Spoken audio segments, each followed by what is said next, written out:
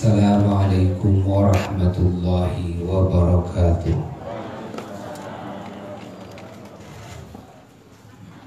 Bismillahirrahmanirrahim.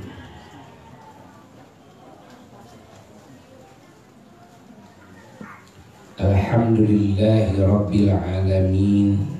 Wa afdhalus salati wa atammut taslimi ala sayyidil awwalina wal akhirin sayyidina wa nabiyyina wa maulana Muhammad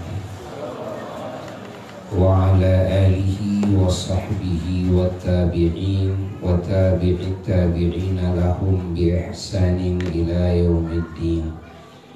Wala hawla wala quwwata illa billahil aliyyil azim. Amma ba'du, fa ya ibadallah, usikum wa nafsi bitaqwallah, faqad fazal muttaqun. Para ahli majelis rahimakumullah, juga segenap mustami'in, mustami'at, muhibbin, muhibbat dimanapun berada, hafizakumullah. Semoga Allah menyimpan kalian, menyimpan muslimin muslimat, mukminin mukminat di wilayah penjagaannya dan di wilayah jaminannya di dunia dan di akhiratnya. Di sore hari yang penuh barakah ini, kita terus bersyukur kepada Allah dengan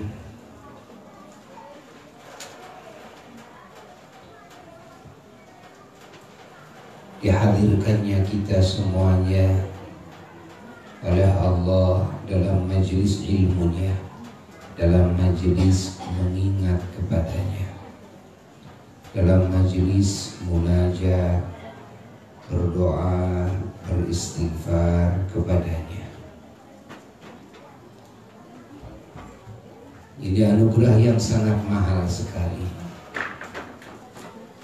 Dan kita juga bersyukur atas pencabutan PSBB di banyak wilayah, baik di Jawa Barat, di Indonesia, bahkan di berbagai penjuru dunia. Kita, kehidupan manusia di muka bumi ini sekarang sudah mulai masuk lagi kepada kenormalan yang baru, yang disebut dengan new normal. Bahwa dalam kenormalan yang baru ini artinya adalah di dalam masa penjajakan. Apakah dengan menormalkan aktivitas manusia seperti biasanya dalam berbagai sektor, tidak mengakibatkan pertambahan, tidak mengakibatkan penularan virus corona atau sebaliknya. Jadi istilah new normal artinya belum normal 100%. New normal adalah penjajakan. Maka di sini kita semuanya umat Islam, khususnya di Indonesia, agar tetap kita menjalankan protokol kesehatan sebisa mungkin, yakni kebersihan kita terjaga, sering wudu. Umat Islam kan kita punya wudu, bukan punya cuci tangan saja, tapi punya wudu. Lebih baik menyarankan sering wudu ketimbang sering cuci tangan semata bagi umat Islam. Sering wudu, sering mandi, kan? dan juga tetap meningkatkan dan menjaga imun tubuh, yaitu dengan pola makan yang baik dan mengkonsumsi makanan minuman yang menambah kekuatan imun tubuh seperti halnya madu. Ini harus dawam, umat Islam harus dawam madu. Madu itu terus akan menjaga dan meningkatkan yang lemah imun tubuhnya. Nah, lalu juga berjemur ya di sinar yang mengandung ultraviolet, dan juga memakai masker jika kita akan keluar dari rumah.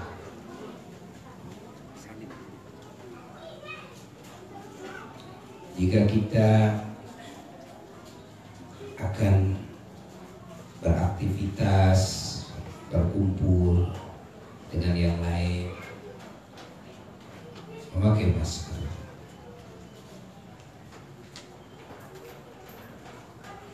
Dan juga menjaga jarak, terkecuali dengan orang-orang yang kita bisa meyakinkan ya keterjagaannya. Dan alhamdulillah kalau bagi ahli majelis ta'lim, kita semuanya insya Allah ya sudah sering mendapatkan arahan-arahan dan sudah melaksanakan sunnah-sunnah Rasulullah SAW di dalam protokol kesehatan. Alhamdulillah, sehingga tidak riskan. Mau salaman tidak riskan, atau peluk-pelukan tidak riskan, kumpul berdekatan tidak riskan. Karena dari jauh-jauh hari kita semuanya ahli majelis ta'lim Asy-Syifa sudah menerapkan protokol kesehatan semuanya. Bahkan Buya melockdown pesantren dari awal jauh-jauh hari sampai saat ini masih belum dibuka normal kecuali di waktu-waktu tertentu, sehingga bagi Buya juga tidak ada kekhawatiran dan bagi jamaah tidak ada kekhawatiran.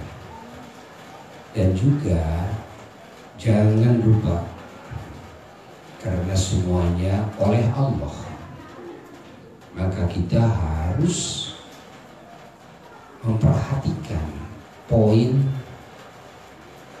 yang berhubungan ya secara hakiki dengan faktor penyebab dihadirkannya musibah oleh Allah. Apa? Yaitu dosa kita ya, yaitu kemungkaran yang kita lakukan. Ini yang harus diperhatikan. Nomor satu ini ya. Nomor satu bagi umat Islam yang harus diperhatikan poin ini. Maka langkah pertama bagi umat Islam solusinya adalah bertobat.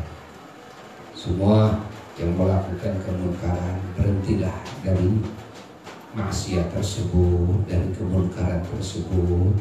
Istighfarlah kepada Allah, bertobatlah kepada Allah, banyak memohon ampunan Allah, dan juga saling doakan satu sama lain dengan doa ampunan, yakni minta ampunan kepada Allah untuk semua muslimin muslimat, mukminin mukminat, dan meminta kepada Allah petunjuk untuk siapapun yang belum mendapatkan hidayah atau non muslim ya. Kita minta hidayah dari Allah untuk non muslim yang ada di muka bumi ini, karena kekufuran adalah maksiat yang paling besar, kemusyrikan maksiat yang paling besar. Setelah itu baru maksiat-maksiat yang dilakukan oleh muslim ya, dari dosa-dosa besar. Lalu bagi umat Islam agar terus berdoa kepada Allah, karena ingat bahwasanya doa itu ada jaminannya dari Allah, yaitu ijabah dari Allah Jalla Jalaluhu wa Ta'ala. Ketika hamba Allah tidak berhenti mengetuk-ngetuk pintu langit, diketuk terus dengan doa, dengan khusyuk, dengan kontinu, terutama di waktu-waktu ijabah, setiap habis sholat, setiap lewat tengah malam, di dalam kumpulan-kumpulan 40 orang muslim yang soleh yang berkumpul, itu ada jaminan ijabah doa dari Allah Jalla Jalaluhu wa Ta'ala. Maka bagi umat Islam agar terus berdoa kepada Allah Subhanahu wa Ta'ala. Dan ketahuilah bahwasanya permasalahan yang mengganggu stabilitas kemaslahatan manusia, baik dalam urusan agama maupun dalam urusan keduniaan, itu bukan hanya corona saja, banyak permasalahan-permasalahan lain. Ya. Ingat, apalagi kita semua harus menyadari bahwasanya selama dunia ini ada, bumi ini ada, maka setan dan para pengikut setan dari bangsa jin dan bangsa manusia tidak akan pernah berhenti di dalam menyesatkan umat, agar umat manusia termasuk bangsa jin jauh dari Allah, tidak mengenal Allah. Yang sudah mengenal agar keyakinannya kepada Allah luluh lantah, agar ragu hatinya. Setelah itu yang mantap juga, ya, agar lupa kepada Allah, agar tidak mengenal aturan-aturan yang Allah bentangkan dalam kehidupan manusia ini, agar tidak menjalankannya, ya, agar melanggarnya. Lalu yang sudah melanggar agar tidak bertobat, agar merasa nyaman dan enak dalam maksiat, nyaman dan enak dalam kemunkaran, ya. Ini upaya setan dan upaya manusia dan bangsa jin yang sudah menjadi pengikut setan, mana mereka dengan pemikiran-pemikirannya dan dengan karya-karyanya terus berupaya agar manusia ini artinya tidak punya hubungan yang baik dengan Rabbul Alamin, dengan Allah Jalla Jalaluhu wa Ta'ala. Maka upaya, ya, kafirisasi, mengkafirkan orang, upaya, kan, apa, ya, syirik, ya, syirkisasi, upaya apalagi, ya, ya,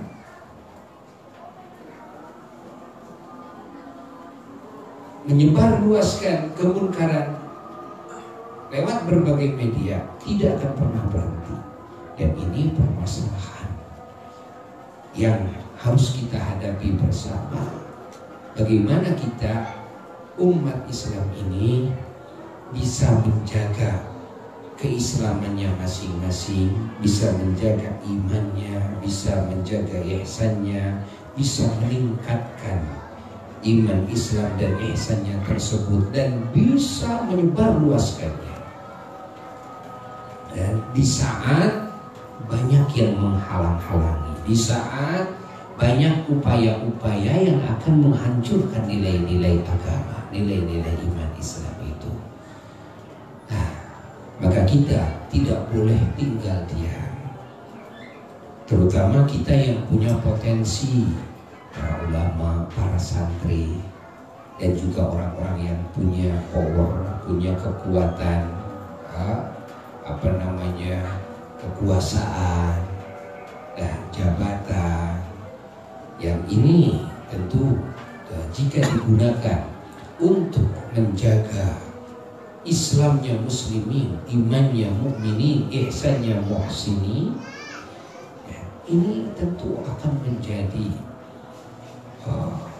pengaruh besar yang dahsyat, dan ini akan menjadi benteng dan juga penerobos terhadap upaya penghalangan makhluk-makhluk yang akan menghalangi menyebar luasnya kebaikan, menyebar luasnya hidayah, tetap akan diterobos, akan ditembus dengan kekuatan yang dipadukan dari semua elemen-elemen umat Islam yang punya pengaruh, terutama para ulama, para pejabat-pejabat, para penguasa, para konglomerat, bergerak semuanya bersatu. Insya Allah Islam akan tetap jaya. Insya Allah Islam akan sampai kepada puncaknya kejayaan dengan gerakan kebersamaan. Mudah-mudahan Allah Subhanahu wa Ta'ala terus menjaga iman Islam dan ihsan kita semuanya, umat Islam dimanapun berada, dan menjayakan Islam kita semuanya dan menyempurnakan iman Islam ihsan kita semuanya. Dan semoga Allah Subhanahu wa Ta'ala mengirim segala fasilitas dalam hidup ini kepada kita, fasilitas untuk menyampaikan kita semuanya dan semua manusia kepada segala hal yang Allah ridhai, baik di dunia maupun di akhirat, hingga semuanya digolongkan oleh Allah kepada golongan ahli keselamatan, kebahagiaan dan kemuliaan di dunia dan akhirat. Wa ila hadratin Nabi sallallahu alaihi wasallam. Al-Fatihah.